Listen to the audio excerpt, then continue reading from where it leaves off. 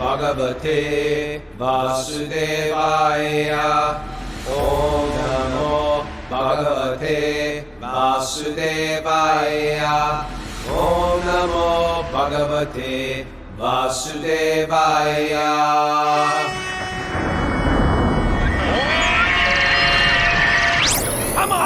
Live from Super Soul Farm, this is Wisdom of the Sages, your daily yoga podcast, with your host Raghunath and co-host and senior educator at the Bhakti Center in New York City, Kaustubha Das. Welcome to the Srimad Bhagavatam show. This is our show, especially designed for people who are interested in yoga philosophy. A lot of people on the show are yoga teachers, and me and Kaustubha, my good old friends. We're not that. I mean, we're sort of old. Yeah, we're old friends. We're officially old friends, but we met each other in the ashram, living in ashrams together. We were both monks when we were in our early 20s, 22, 21. And, but we knew each other. You know what's interesting, Kaustubha? Mm-hmm. This is a huge issue right now. It's free play. Let your kids have free play. You know, it's like we've been trying to control them and give our kids after school classes. And okay, my kids are in a yoga class and then they're in an art class. Their kids' schedule is it's like a pressure cooker for kids nowadays. And now finally people are saying, what are we doing? Just go and play in the backyard. And this is what we're finding. This is where their real education comes from, and their grounding and their connection and their health and their psychological health. And it was just let them play. And we were children of free play, and we met on the streets of the Lower East Side. Not sure. That was not sure if it's such a good idea anymore. That was a little too free. A little too free.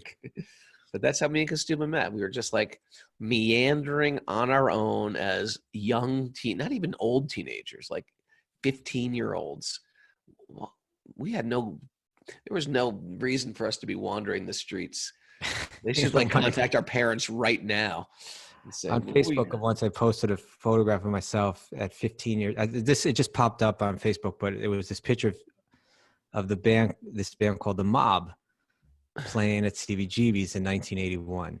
And I'm there clearly in the photograph as a 15-year-old. And I posted on Facebook. And my parents, they never been interacting with me on Facebook, but my father wrote a comment under I had no idea you were down there. Well, it's like New York City, circa 1982. You're 15 years old. What could go wrong? And it's not like you're in the Upper West Side. You're in the Bowery. The Bowery. There was a reason why the Bowery was notorious. Yeah. Well, we made it out alive.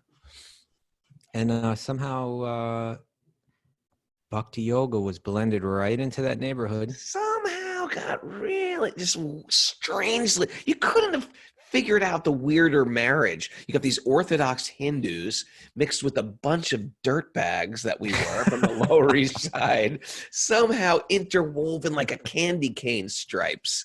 Go figure that out. Yeah. Yeah. So somehow we got that connection there. Yeah. And then interestingly enough, we sort of were buddies. We never really did that much service together. We hung a little bit about in the ashram.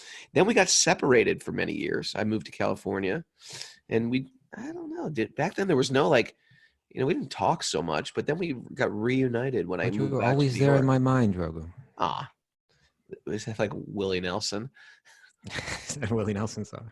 You're always on my mind. Anyway, you've been really living that country life up there in upstate. Yes, I do.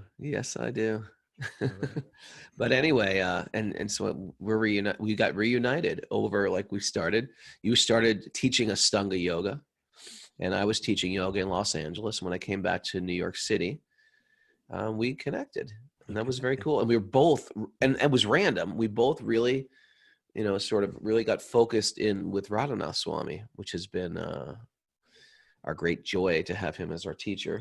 And, so true. And in the Bhakti Center, it's been like an amazing journey. If you look back at our lives, it was a divine arrangement from the very beginning at the Lower East Side. I think so. I think a lot of things, when you really step back and look at your life, you really see a divine hand and the magic that goes on in your life, and why you meet people, and why you were there, and why that relationship failed, and why that one was together, and why you're with this person, and why everything fell apart that year, and why you had to rebuild, and why you hit a rock bottom. And you really look back from a different vantage point. Like now I'm 54, so it's a different vantage point. And you just think, wow, I have been looked after, taken care of. There's been magic going on from the beginning. Well, you know what, Raghu? To be able to look back like that, I think if we, as you advise so much, if we bring the right stuff, if we consume the right stuff in our mind, and associate with the right kind of people, we get the ability to be able to look back and make better sense of it. But what I think also is that as we mature spiritually, we even that distance, you're saying you can look back at it, but that distance starts to shrink more and more, so that even as you're going through it, you may be able to understand more deeply exactly what's happening right now. Or even if you can't, you can at least intuit that this is leading to something and this is important. And so therefore you accept it with a different type of mentality. Because the way that you're describing right now, I've been thinking a lot about the whole lockdown and coronavirus and all of that too. Like, we're going to look back at this with some deeper understanding at some point, and why we went through that.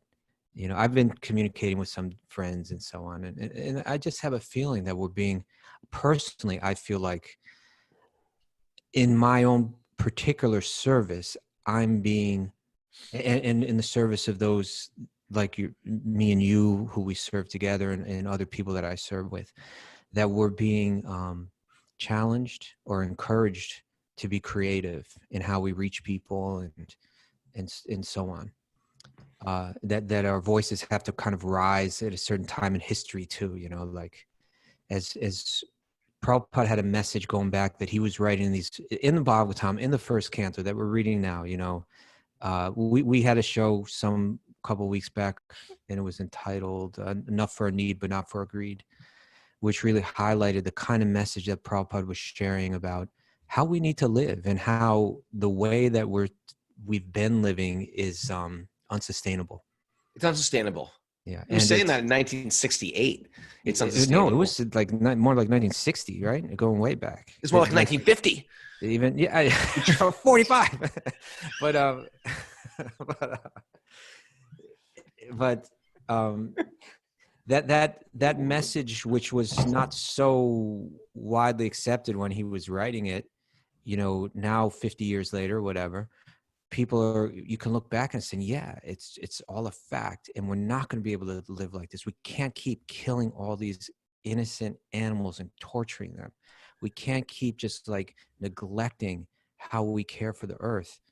And if we're going to live in that callous, ignorant way, quite frankly, then short-sighted. It's actually a short-sighted way. Short-sighted. Then the earth's going to kick back, and there's going to be a collective karma that's going to kick back, and sooner or later we're going to either learn it sooner or later, and that kick is going to get, is going to keep coming back until we learn it. And I think there'll be representatives of the Bhakti tradition whose voices will kind of rise. I don't mean to sound like some kind of a prophet. No, you are a prophet. You are a prophet. But I do believe that people carrying that message, those voices are going to become more widely accepted. I think you're one of those people, Raghu. I think you're the prophet. I think we're really myopic, Mara. What do you think about that? Are we myopic, Mara? Are you asking me? I'm not a prophet. No, I'm just asking you to appreciate my word myopic. You just turn to someone who knew what the word meant. She has gone to private school. She should be thoroughly educated in these words. Yes. Yeah. And there is a huge manifestation of this. And sometimes things have to really burn down to the ground before new sprouts can come up. And I think I feel like this is, even in my own life, I like to fancy myself a very spiritual guy. but I'm realizing how there's certain things that need to really be pruned from my existence Yeah. Yeah, me too. for me to be a better man, a better soul. I don't like to call myself a man. I'm serious. I don't like to say it at all. That I like to say I'm a Purusha spirit soul. Abhiman, you're the male ego you're trying to let go of. Yeah, it's not me. All right. Get caught up in these identity politics. I'm a spirit soul. Come on. Let's just go with that.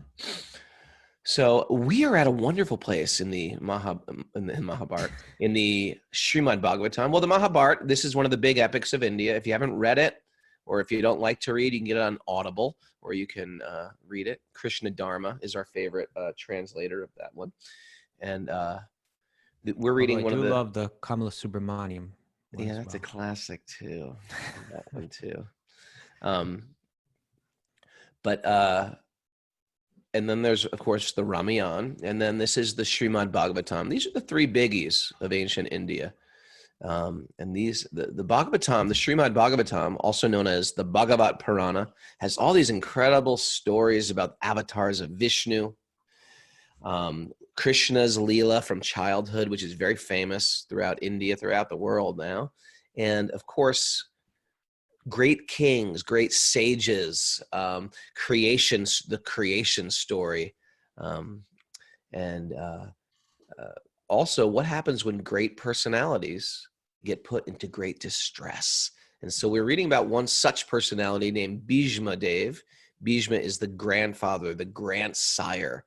And he's not an ordinary person. He's the son of Ganga Devi, the river. The river's personification had a baby. She had a few babies. Can you name her other baby? Can you name her other baby? Well, they were the Vasus. It's so easy, you'll never get it. Really? Yeah. It's like they all sound the same. Oh, forget it. I made a total mistake. I was gonna say no. It's Satyavati. Satyavati is the other baby. I was gonna say Vyasadeva is the son of Ganga, but Vyasadeva is not. Vyasadeva is the son of Satyavati. Right. All right, I blew that one. I thought I stumped Kaustubha there for a second. Stumped you. Stumped Turned right myself. back on you. It boomeranged on you. Okay, so we're in a good place. So this great hero, Bhishma Dev, is about to leave his body, and he's offering these prayers. It's where we would like to be when we're going to leave our body. Lucid, clear-minded, heart wide open, oblivious to the nonsense that's around me, surrounded by great personalities. Even the demigods have come to hear the great sage Bhishma, who's famous throughout the three worlds, right? You know, we have some puny fame in this world. Big deal. Once you become sort of a mahant, a great soul, all the higher beings start to know about you, you know? So now all the higher beings have even arrived. All the heroes of the great battle have come, and they want to hear from Bhishma Dev as he instructs Maharaj Yudhisthira, the new emperor, how to run a country with Dharma. And then he actually, now we're hearing his like offerings to Krishna. Krishna's standing right in front of him as he's leaving his body. These are last words, right? This is last words, yeah. And but the text that we read yesterday it's a prayer of how he's fixing his mind. He's expressing how he fixes his mind, how he's desiring to always have his mind fixed on Krishna in a particular way, in his particular mood, according to his particular type of love that he feels for Krishna. And that is, he's picturing Krishna on that chariot, right? It's a certain type of love that he has for him. Now, in this text that we're going to read today, he's going to glorify the devotees that have a different mood, and in one sense, the most exalted, most intense, most glorified mood. He's going to speak about. He's just in one verse. He's going to draw us, and he's going to point us at that very pinnacle of the Bhagavatam, the Rasa Leela of the love that the Gopis have for Krishna. That's this verse, right? That's this verse that we're going to read today. So like he's just saying a prayer to glorify that devotion. I have this particular devotion, and it's completely satisfying to me. but I must glorify the love of the gopis because that is the most exalted, most intensified love for Krishna, and I have to offer my respects to that love that they carry in their hearts. You know, we were talking about something really interesting right at the end of the show yesterday, and I was like, "Oh, tomorrow we're gonna get this." I don't remember. Now my stupid Kali Yuga brain is like my brain is like I've come to the conclusion my brain is like a big piece of paneer.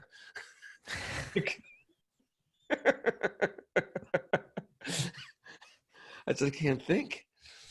And this is like the most clear-minded I'm going to be all day. It's like as soon as I wake up, that's when I'm the sharpest. Okay. All right. So we're just going to dive in here in this verse. We're on Canto 1, Chapter 9, Text 40 of the Srimad Bhagavatam. And we start with these very lovely invocations. Ready? Yeah. Narayanam namaskritya naram chaiva narottamam devim saraswatim vyasam tato jayam mudiraye. Before reciting the Srimad Bhagavatam, which is our very means of conquest, one should first offer obeisances to the Supreme Lord Narayan, unto Narayan Rishi, the supermost human being, unto Mother Saraswati, the goddess of learning, and to Srila Vyasadeva, the author. Nasta prayeshva badreshu nityam bhagavat sevaya, bhagavati uttama shloke bhaktir bhavati naishtiki. By regular attendance in classes on the Bhagavatam and by rendering service to the pure devotee, all that is troublesome to the heart will become eradicated, and loving service to the Supreme Lord, who is praised with transcendental songs, will be established as an irrevocable fact. Om Jnana Tamarandasya Jnananjana Shalakaya Chakshurun Milatam Yena Tasmai Shri Gurave Namaha. That prayer, Om Jnana Tamarandasya, right? We translate it to mean I offer obeisances to the guru who's what do we usually say? Who gets rid of the darkness, but it's really cutting with the right. Isn't it? Shalakaya means to cut a what are those not barnacle? You know what I'm talking about? The Cataracts. Cataracts. The barnacle. Cut the barnacle out of your eye. Severe case. Right? Isn't that what that actually translates to mean? Like the guru comes to cut out the cataract, out of your eye. And just like, those eye camps Radhanath Swami does in India, where they get these doctors to go into the village, and there's people due to cataracts they just can't see. Imagine if you cannot see. Just imagine that. And all of a sudden someone comes, and with one little swoop, all of a sudden you have vision again. They say, I offer respect to the guru who comes into my life, and I was just banging my head against the wall repeatedly with foolish choices. And then I meet Sri Guru, who comes in here with a scalpel and just whoop, cut, and all of a sudden, duh, what was I thinking? That is like the constant mantra of material life. What was I thinking? So that's what that prayer means. Parmananda ji is saying that Shalakaya is a spoon to put ointment on the eye. The Jnananjana, the ointment of knowledge. Oh, really? I thought it was a scalpel. All right. There goes my great translation. Yeah, that is very, it's a gentler. It's a gentler approach. I'm going right in there with a knife. Either way, the idea is we can see now. Okay. I stand corrected, Parmananda. Thank you. All right, let's go on. Let my mind be fixed upon Lord Shri Krishna. Now, you got to picture this scene. Here's this massive, huge, burly, yet beautiful general laying on a bed of arrows, because the arrows have, you know what that means? Not a bed of, it means they've been shot through his top part of his body, and they're actually extruding. Is that a word? Extruding, Mara? Coming out the back. Yeah, coming out of his back. I'm just making up words today. Exfoliating from his back. And he's laying on that bed of arrows. And like his body is supported. He's pinned up. He's pinned. He's pinned up to the ground. Is like that. Even his neck, his neck is supported by an arrow. I think I've read one description where it said that you couldn't fit 2 fingers between the arrows. There's so many arrows in his body. Wow. Well, sometimes they say that to remove an arrow would kill the person. or something. But if it held in place, sometimes they say that. People Thanks say for that. people say things like that. So maybe Thanks for that little because nugget. immediately my mind went to my cynical, like, I don't believe this mind. Like, how could he be alive with all those arrows where you can't fit 2 fingers in between?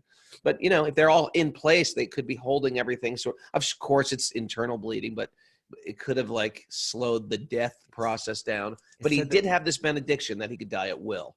Yeah, it has nothing to do with, like, the physical state of the body at this point. His ability to maintain his soul where it's at. It doesn't have to do with, it's disconnected with, there are yogis that can maintain the, even like we read about Hiranyakashipu, he's down to the skeleton, but he was like still there, Yeah. And of course, Bhishma Dev had that blessing that he could determine when he would leave the body. Christina the Californian says, yes, it's true. To remove the arrow would kill, depending on if it hit a marma point. She sounds like she's a surgeon. She's never given me her surgical credentials, but we're going to accept her as, we're going to call her Christina the California, the surgeon from now on. If you want to join our Zoom group and hang out with these crazies, this 5 a.m. cult, you can email Mara at wisdomofthesages108@gmail.com. Mara, wisdomofthesages108, and join our crazy little tribe. Okay. So, let my mind be fixed upon Lord Sri Krishna, whose motion and smiles of love attracted the damsels of Brajadam, the Gopis. The damsels imitated the characteristics, movements of the Lord. Yeah, so that story, how I think they're referring to the story where Krishna disappears from their vision, and then they get so obsessed in their love for Krishna that they start to pretend like they're Krishna. And they act out different scenes of Krishna Leela, as if a lover, when your lover is not, if a person's madly in love, then all of a sudden you start to think about that person all the time. And here the word is unmada unmada, gone mad in ecstasy. Gone mad in love. And sometimes we feel that if you've ever been in love and you're got your heart broken, sometimes people can't do anything but like curl up in a ball and cry. And this is the love of the Gopis. They could not do anything. And but so this is beyond that, Raghu. It's beyond that. Did I say it was that? I meant beyond that. I meant way beyond that. Did I say it was like mundane love? Thank you for correcting me. Yeah. I'm just trying to give them a little, I appreciate a little human understanding of it. But yeah, and so they were so, they lost their, in a sense, they lost their identity. They got so merged into their consciousness of Krishna. The love was so deep. This is the deepest yoga. Therefore, these gopis are called the Yogeshwaris. Right? They're the truest masters of yoga. Mm. And it's describing a state of prema, of love for God that's so deep and so that even a character like Bhishma, who's like this super exalted Mahajan yogi, it's even beyond him. He's offering his respects to it. And so it's described that in Krishna's Rasa Leela, which is such, if you ever want to read an incredible book on the Rasa Leela. Yeah. Dance of Divine Love by Graham Schweig. Have you ever read that? I never read it. You have a copy of it? I think I do. I have lots and lots of books in my library. Yeah. I just don't read any of them. Any of you like that? Let me know on your chat board right now. You got this great library. I've got tons of great books. I never read any of them. It's like a real library that you've got. It's like Super Soul. We have an incredible library, and some great souls have donated books to that library. Can you write that on the board, Kaustubha, when you get a chance? What? That you've got a great library? No, right. The name of the book, Graham Schweig. Dance of Divine Love. Maybe someone could put it up there. He gives such a great analysis. There's great chapters in there about what is the Bhagavatam, why is the Bhagavatam special, but he focuses on the very pinnacle of Bhagavatam, the dance of divine love, the Rasa Leela of Krishna and the Gopis, and I think about it a lot.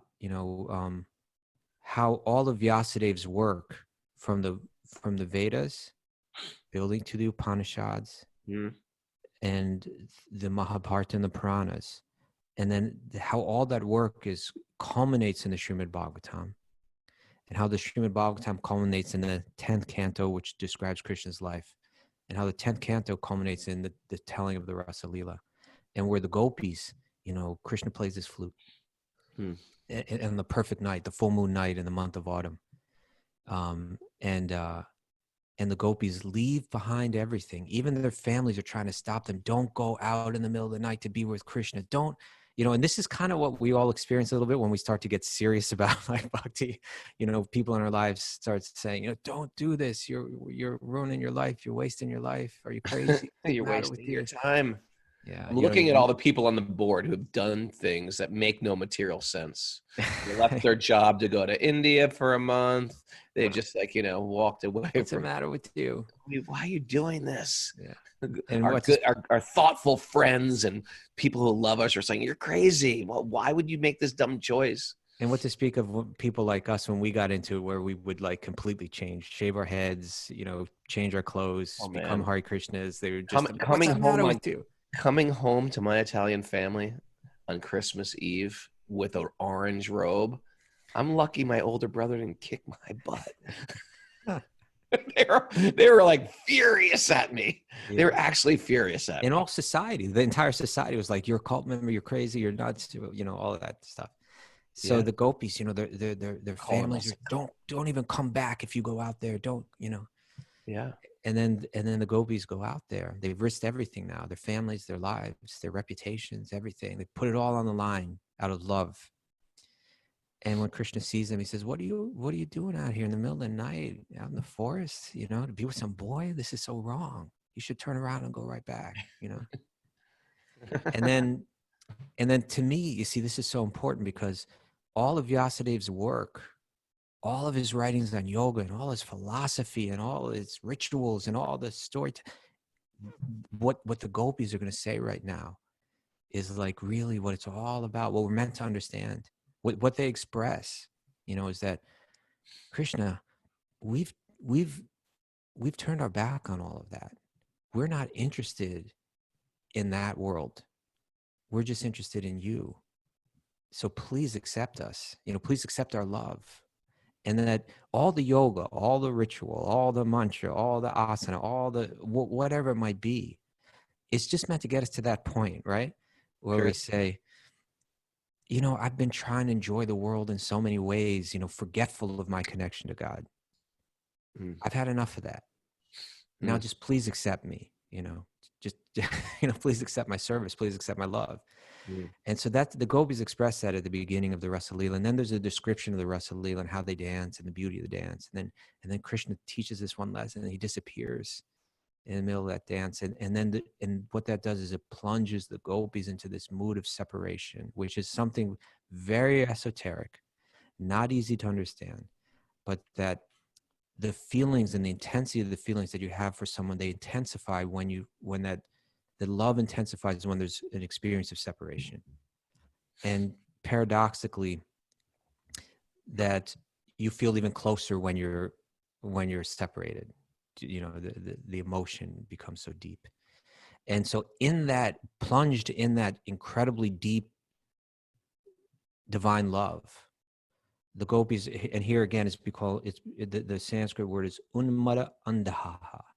They've gone mad in ecstasy. They're in the deepest samadhi, the deepest yogic trance, where their love is just like on the most intense, deep level. They began to imitate Krishna's pastimes. The same pastimes that we've heard earlier in the 10th canto, they're playing them out themselves. They're so deeply absorbed and lost in love for Krishna. And at the end of that, Krishna reappears and so on, and Krishna speaks to them. And then he shares this verse where he says, your love for me, the love that he's speaking to the gopis, your love for me is so profound and so exalted. And I want to reciprocate. I want to return. I want to give something back to you that's as valuable and exalted as the love that you share with me. But factually, there's nothing higher. There's nothing superior to your love, to your bhakti. And so all I can do is ask that you please be pleased with that love itself. I'm incapable of reciprocating with that. And in this way, Ajita, Krishna, who's unconquerable, is conquered by the love of the gopis. It's so deep philosophically, so deep theologically. It's just so glorious, the Bhagavatam, where it goes. And so Bhishma is sharing his appreciation for that most exalted bhakti, that most exalted love in this verse. Just one verse, before he cuts out, right? Before he leaves his body, let me offer my deepest respect for the gopis and the love that they have for you, Krishna. What a way to leave your body. What a way to leave. Have you ever seen somebody leave their body? I've seen people leave their body. I've seen people shot dead right in front of me before. Shot. Well, I wasn't thinking like that. I meant more of a spiritual one, but thank you for sharing that.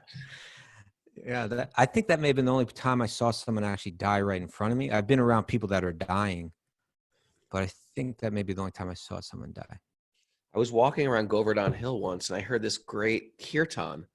It was very sweet and charming, and in the distance behind some trees and bushes, I heard this beautiful kirtan. So I was like, who's chanting over here? And I was doing the walk. This is like a sacred walk. A lot of you know about it. Walk around a sacred little mountain in India. And I went alone, and I heard this beautiful, and I would just meander around different places. I heard this beautiful kirtan. And so I snuck in little sort of into this ashram. And there, it was like I walked right into a guy leaving his body. It was quite amazing. He was an older man, and he was leaving at this ashram. And I guess, where was this ashram? It was on the Govinda Kund side. Yeah, somewhere in that area. Somewhere there in that area, Punchari. Oh, okay. And then, he was like wrapped up to his neck in a chadar. And he had a tulsi leaf on his mouth, like Mahaprasad, tulsi leaf on his mouth. And the disciples or the friends, whoever they were just singing to him very sweetly.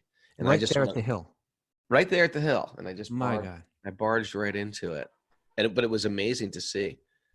Did you see him die, or you kept going around? I felt awkward to stay around, but if he didn't die then, it was close. He looked pretty dead at that time. I wonder if I spoiled it by just barging in with my, "Boy, everybody." I tried to be like holy when I came in there. Amazing. Imagine your time of death, and I just barge in. Is there a bathroom around here? It sounds like a more auspicious death than the one that I was witness to. Yeah, I'm sorry you had to witness that. Good morning, everybody. Okay, I'm going to read that purport, if that's all right. Is that all righty? That's I have your blessings. Right. That's what we're here for. Okay. By intense ecstasy and loving service, the damsels of Brajabhumi. If it's not for the Bhagavatam, I probably would never say the word damsel. But I say it a lot. In distress. I say it a lot. A damsel of Brajabhumi attained qualitative oneness with the Lord by dancing with him, Krishna, on equal level, embracing Krishna in nuptial love, smiling at him in joke, and looking at him with a loving attitude. Can I mention one thing right here, Raghunath? Please. So it mentioned in the verse, let my mind be fixed upon Lord Sri Krishna, whose motions and smiles of love attracted the damsels of Vrajadhama. So I was reading Srila Vishwanath Chakravarti Thakur's commentary on this verse. And also what he's indicating is that Bhishma Dev is recognizing that, you see, Krishna, the very name Krishna means all attractive, the most attractive. It's that quality of attraction that life is all about, ultimately we're attracted to try to enjoy, and Krishna is the ultimate object of attraction. And attraction, it plays out at its peak through, here it says, motions and smiles of love. Krishna's ability to attract through the way that he moves, the way that he dances, and the beauty in his face and his smiles, and just the way, this is just something that you have to meditate on. But imagine the most attractive person that you've ever seen.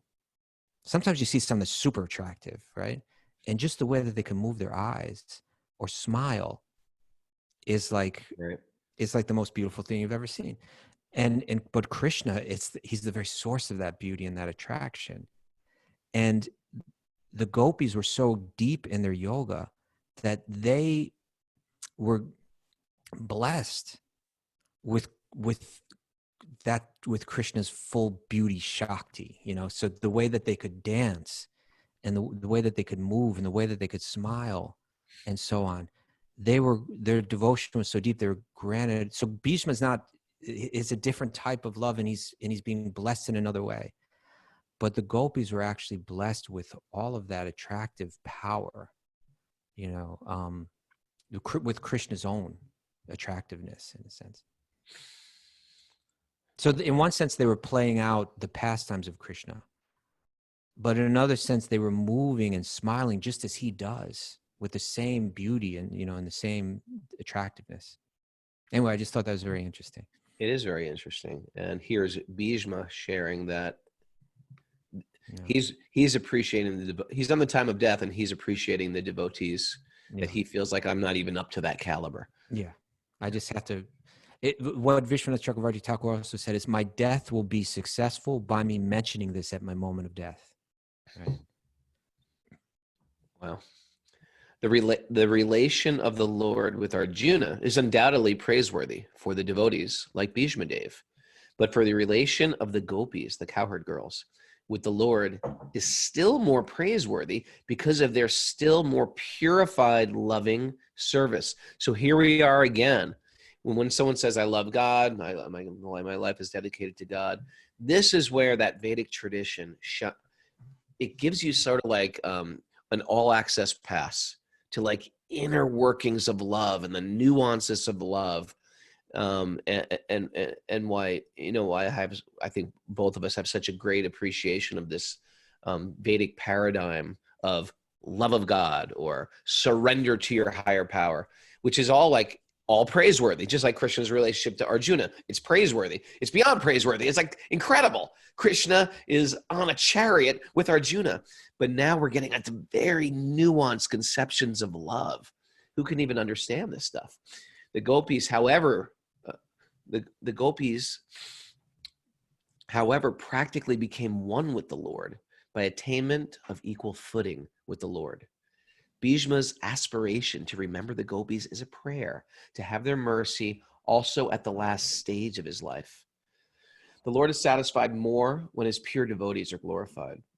And therefore, Bhishma Dev has not only glorified the acts of Arjuna, his immediate object of attraction, but also remembered the gopis, who were endowed with unrivaled opportunities for rendering loving service to the Lord.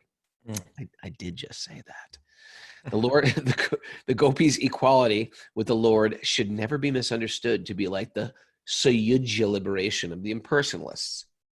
The equality, and we'll talk about that in a second, the equality is one of perfect ecstasy, where differential conception is completely eradicated. For the interests of the lover and the beloved become identical. The interest, not they themselves become identical, but the interest becomes identical. Their interest. You want to talk about Sayujya liberation? It's described that there are 5 different types of liberation. So when we talk about liberation, you hear us say this word mukti a lot. Mukti means freedom from the pain of this world. Mukti. So what is those mukti? And there are some muktis that people practicing bhakti yoga were especially we recoil from. Please, one in particular. Just one in particular that we really don't like. You talk about mukti. I want to hear about that one. Like there's a prayer by Hanuman that's famous, right? I'm not exactly sure where it's from, but Hanuman prays, Lord, Lord Ram, I don't want to become one with you. That's Sayujya Mukti, the conception that I'm becoming one or merging into the Lord, which is not actually factual, but one feels like that. But, I don't want to become one with you, because then where is their service? My love is expressed through my service. And so I don't want to become one with you. I want to serve you with love. So Sayujya is the idea, is the experience that I'm merging into the oneness. I'm merging into the divine light, which I'm going into the light. That's very good. People say that in the West too. I want to become one with the light. Yeah. So there's Sayuja, which means that feeling of merging into God, which is a temporary state. What is there? Salokya, to live on the same planet as the Lord. Sarupya. Sarupya, to have a form similar to the Lord. Samipya. Samipya. Yeah. I can't remember what. I forget. You know, that's the problem with doing like a live show like this. know. You get rusty on all this stuff. So in any case, there are 5 different, and Sayuja's being mentioned here. Mara, look those up, please. 5 different types of liberation. Yeah, there you go. Come on, Mara. We don't pay you that top dollar for for nothing. Okay. I think we should just keep going, Mara. I thought, let's just mention this one thing, this thing about equal footing. Okay. The Gopis, however, practically became one with the Lord by attainment of equal footing with the Lord. So what exactly that, I mean, I think that could be understood on several levels.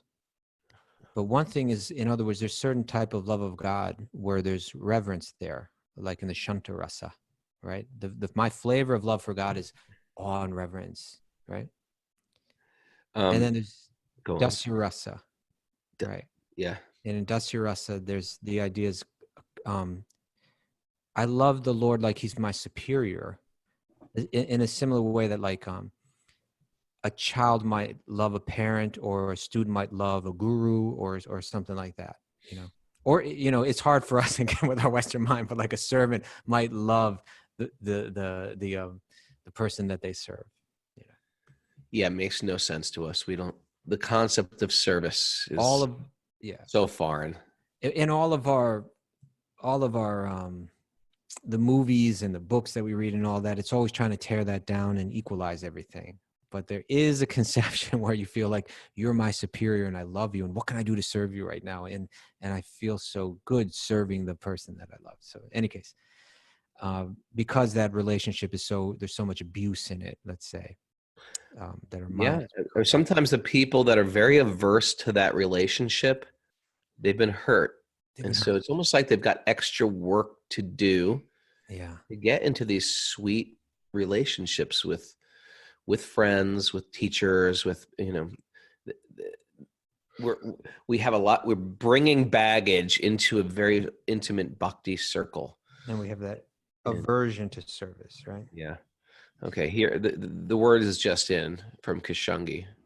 She beat Mara to the we got to 5 finish line. liberations. Salokya means that after material liberation, one is promoted to a planet where the Supreme Personality of Godhead resides. Samipya means remaining an associate. Okay.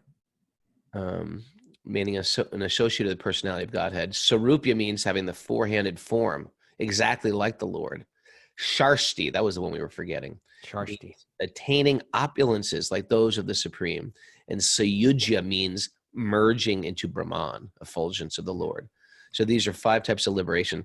It's interesting. Like it's nice how the Bhagavatam, it shares what all these like paths are. And then it just leans you towards this bhakti path. And I got a question. Okay. I'm sorry. Go ahead. Finish. That was it. What's your question? So here, I'm going to quiz you now, Raghunath, right? Okay. So if you're on a planet in the spiritual realm where everyone has forms like that of Lord Vishnu, walking around with 4 arms. Yeah. Well, how do you tell the difference between Lord Vishnu and the other people? It's like a parent who has twins. No one can tell them apart. No one can tell them apart, but the parent knows. In other words, you don't know. Yeah, you may not know. Are you saying there's a real answer to this? There's an answer, yes. Oh, I don't know it.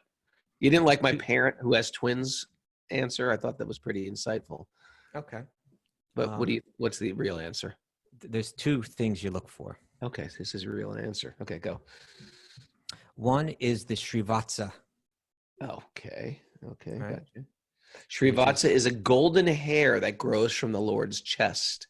Is it just one hair? I thought it was kind of like a little kind of Cluster of hairs? Maybe it's like what's that called, Bridge? When you have a cowlick. A cowlick? Is it a cowlick of hairs? Well, I thought it was one golden hair. It's a very gentle, soft, little swirl, of hair on the chest of the Lord. That's So one thing. everyone looks the same except one person has a cowlick of golden hair. I don't know if cowlick may give you an idea, but not the complete idea. Okay. Go on. But somehow it's very attractive, Okay. And then one other thing, the Kaustubha jewel. The Kaustubha jewel. There you go. So out of all these people with 4 arms, one has a Kaustubha jewel and a Srivatsa. That's how you know. Good to know. But that's also this Sarupya. This isn't desired, is it? Also by people practicing bhakti. What?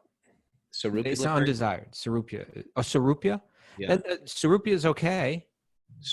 Generally in our Sayuja is the one we don't like, right? Sayuja. Generally in our lineage, in our particular or sampradaya or lineage, we are particularly interested in the intimate love of Vrindavan, not the reverential love of the Vaikuntha planets where Lord Vishnu is worshipped. We're particularly meditating on and focused on the love of the residents of Vrindavan. So that love manifests not with awe and reverence, and the destination isn't the Vaikuntha planets. That's Sarupya. But at the same time, it's not opposed to bhakti. It's not counter to bhakti. Whereas the desire for Sayuja, by definition, is counter to bhakti. I like how you clarify. See, since Kaustubha and myself we're asked to teach at other people's yoga teacher trainings. We try to teach in a very objective way, like how you would understand this from an academic sort of way. But in our hearts, we're bhaktas. So sometimes you'll say, like, in our lineage, we do it like this. But the fact is, all you guys listening, whether you like it or not, you're in our lineage now. You didn't even opt in for it, but you're hearing it from our mouths, and we're passionately in love with this particular manifestation of Bhagavan, and therefore you're hearing it. And it's like taking a bunch of seeds in fertile soil and throwing them out. You can't say that's not a garden also now. That is also a garden, because by hearing from people who have that strong attachment, it's going to become attached in your heart, whether you like it or not. It's just going to happen because you've had teachers in your life that have had a strong attachment, and their passion is going to it's going to manifest in your heart somehow. Somehow it will manifest. So just from hearing of us, welcome to the lineage, everyone. You're in the lineage now. It's hard. Someone just wrote me an email yesterday, like, I really want to go to India and I want to study, I want to study all the different yoga philosophies, and I want to study the Vedas, and I want to study, you could tell they were just sort of like trying to dance around. I want to be very, yeah. It's hard to get your arms around the whole thing, right? It's like, sure. Especially in India, because you're going to go to a person that's passionate about their manifestation of divinity and how it appeals to them. And those teachers who you hear from, they're going to plant seeds in your heart. And it's going to get we're going to get sometimes mixed messages, or one will actually appeal to us more. But I wrote her back. I said, it's going to be difficult because you don't want to study academically. I know the person, they actually want to really dive deep into a yogic practice. So I didn't want to push my tradition on her, so I didn't say anything, but I said, you're not an academic. I know you. I got an email from somebody. Wisdom of the Sages got an email this morning that I glanced at, and it was a guy who was a Ram Bhakta. He was just like, yeah, my whole family lineage is into Ram, and we love Ram, and it was the whole thing. So anyway, welcome to the lineage. Welcome to the lineage. Let's continue on. But in any case, I think that equal footing that Prabhupada's speaking, one way to understand it is that intimate love. You don't see Krishna with this reverence of that's found in the Vaikunthas, or even in the relationship of servant to master, but it's more like friend to friend or lover to lover. There's equal footing, and then beyond that, as was mentioned in the verse, that their emotions and their smiles and their everything, they were manifesting, Krishna's attractiveness. So in that sense, they were conquering Krishna with their love. So in that sense, they were also on equal footing, I suppose. All right, I'm going to go to the next verse, sir. I think we're out of time. Baba. Eek. All right, say something important. I didn't find the song. I Sorry. just want to thank you, Raghunath. I just like listening to you today. No, we covered one verse yesterday and one today, but these are just, normally we intend to read more, but the commentaries and the verses are all so rich, Sometimes it's nice to just stay with one. Tonight is Sweet Baby Krishna, 8 p.m. 8 p.m. 8 p.m. tonight. If you haven't joined it, It's really, at 7 p.m. What's that? It's 7 p.m. 7 p.m. Did I say 8 p.m.? 7 p.m. Said it twice. Okay. It's Even 7 when p.m. someone brought up that sounds wrong, you double down on it. 7 p.m. is Sweet Baby Krishna tonight. Please join us if you get that through our Patreon. It's patreon.com/wisdom of the sages. Nice way to wind down your evening. And thanks for everybody who joined us late today on Zoom, and all the people on Apple Podcasts and all these other outlets to get podcasts that are listening to us. Please give us a 5-star rating. That if you haven't, please do that. And let me see who's here on. Everyone who joined us late today. We had over 100 people today. Hi, Eric Noble, good to see you. Bob, good to see you. Martine, good to see you. Yvette, good to see you. Everybody, anybody I missed. This is our fun time of the show, where it turns into a transcendental dance party.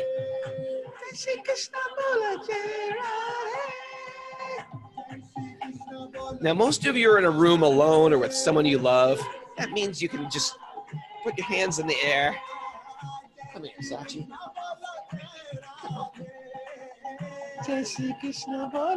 Watch, Sachi. Sean Murphy's dancing. You can dance. Oh, he's so great.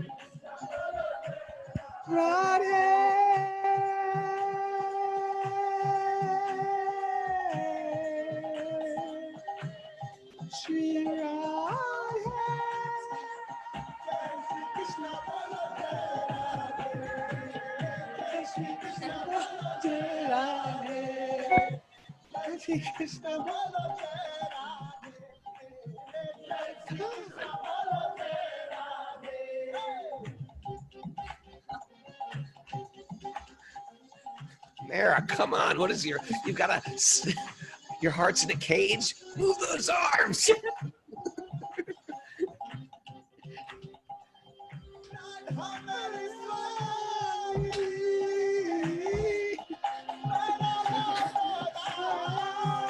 got to memorize this, Raghu.